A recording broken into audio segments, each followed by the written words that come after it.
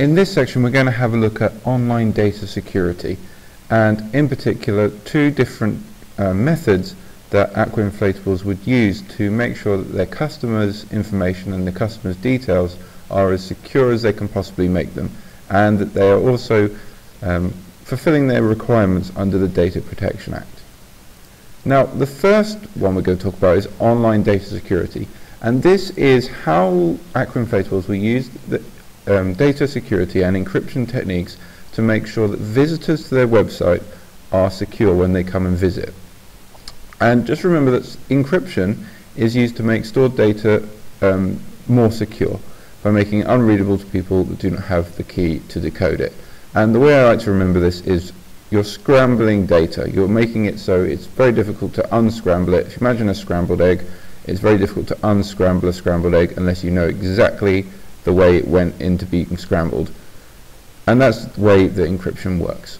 So I'm going to show you two quick examples about how a user could tell that they have a secure connection to the Aqua Inflatables website. So the first example is in Internet Explorer, and I'm using eBay. And remember, eBay is a shop, just like Aqua Inflatables might have a shop front using a website. And this is the insecure bit at the moment. Insecure? Yeah. And you can notice here that we've got HTTP, there's no S on the end, and we've got a normal top sort of white bar here. Now if I scroll over and I start to access areas that require me to log in to start sharing my own personal data, eBay will change over to being the secure part. Now you'll notice here that we've got HTTPS instead of just the normal HTTP. We've got this extra S, and that means secure.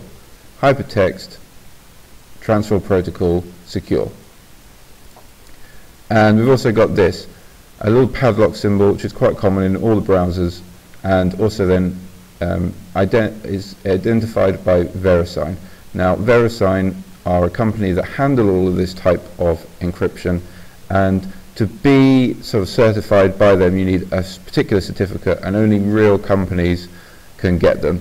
You've got to provide them with all your company details, so it's not like everyone can get hold of these to make a secure certificated website. So this is the eBay example. Now I will switch over to Google Chrome because I wanted to show you what it looked like on a different browser, and I will go, I'm using Amazon as another example, and I can go over and I can enter the signing in area, and you can see exactly the same process here. I've got the green flag, the green padlock, and I've got the S to show that it's secure. And if I click on here, I can go, the identity has been verified, so I know it's a real website, and I know it's really Amazon. It's not a fake website. So how this works is, if I see that symbol, I know that the information that I will type in as a user, if I typed in my username and my password, would be encrypted before it gets sent. So it'll be encrypted in my browser on my computer right here. It'll be sent then as a scrambled form to Amazon or to eBay, and then they can unscramble it because they've got the special key that they know that they can decode it, and they can then find out what the original information was, my original username, my original password that I typed in, without anyone being able to intercept that password if they were sort of monitoring the data coming in and out of my PC in between. So that's the first method to make sure that users are secure, is to be using a padlock, a certificate, and making sure that all the information that a user types into a browser is secure and encrypted before it gets sent. The other type is to make sure that the data that they are storing, so Aqua Inflatables is storing in their database, is encrypted. Now I've got two examples here of a typical kind of database layout that Aqua Inflatables might be using. And this would be storing customer details and purchase sort of details. Now, I've got three users here that have got accounts with me. I've got their usernames, and I've got their passwords, and I've got their credit card numbers. Now, if Aqua Inflatables just stored the data in this format, in unencrypted format, think about if a hacker came along, or an employee that wasn't very happy anymore, and got hold of this database. They would have access to all of the credit card numbers, they would have access to all the passwords, and they have access to all the usernames. And you can think that maybe they would have access to the addresses as well, the personal addresses. They might have access to a variety of different things that really you don't want people to have access to. So what our conflatables should do is to make sure this data that they're storing is encrypted. I'm going to give you a quick example of how that will work. I've got a snazzy little website here that you can go to and you can have a little play with this as well. So I'm going to open this hyperlink. And the first thing you need to do is to generate a key. So I'm going to click generate. I can do it a few times, get lots of different keys, but I'm going to just pick this one. Now you notice it's quite long, because this isn't really designed for someone to remember and someone to type in. It's designed to be quite big, so you store it in a very secure part of your website. If this key is compromised, then someone has access to all of your data. So you need to make sure when this data, well, our conflatables need to make sure that when this key is saved on their server, it's saved in the most secure part of their server that hopefully no one will be able to have access to. So I've generated this. I'm just going to save it here just for future reference. Let me minimize it a little bit. I'll put that back up. So I've got it saved because you need to make sure it's saved.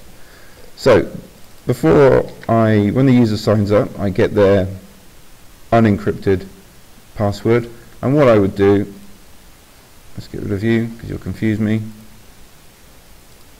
What I would do is the system would automatically put that information into the encryptor.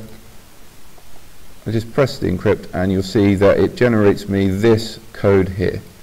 Now this code here would then be stored in my database. I shall make it smaller because it's a little bit too big at the moment. Let me save that down. I'll shrink that down. So there you go, I've just shrunk that down. And that's now saved securely. And I would do the same for the password. I'm only going to do it with one user. So I go back to that website.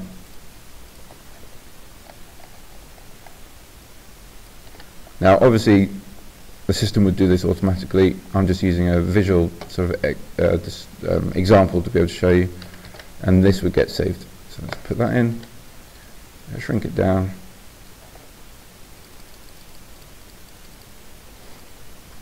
and there we go.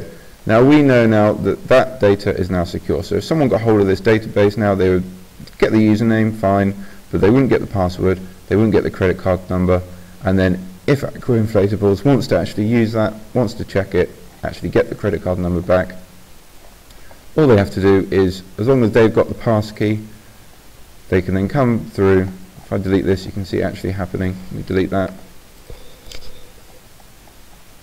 Decrypt it, and you can see it returns the original credit card. Now, if someone comes along and they try, if I generate it again, so it's changed that, delete this, so if someone else tries with another key, you'll see what happens. Decrypt, there's an error message, and you can see it comes back as a garbled mess because it doesn't know how to decrypt that information. So that makes sure that all the database information that's stored in the database is secure and encrypted, so if anyone gets a hold of the database, the information is useless without this special key.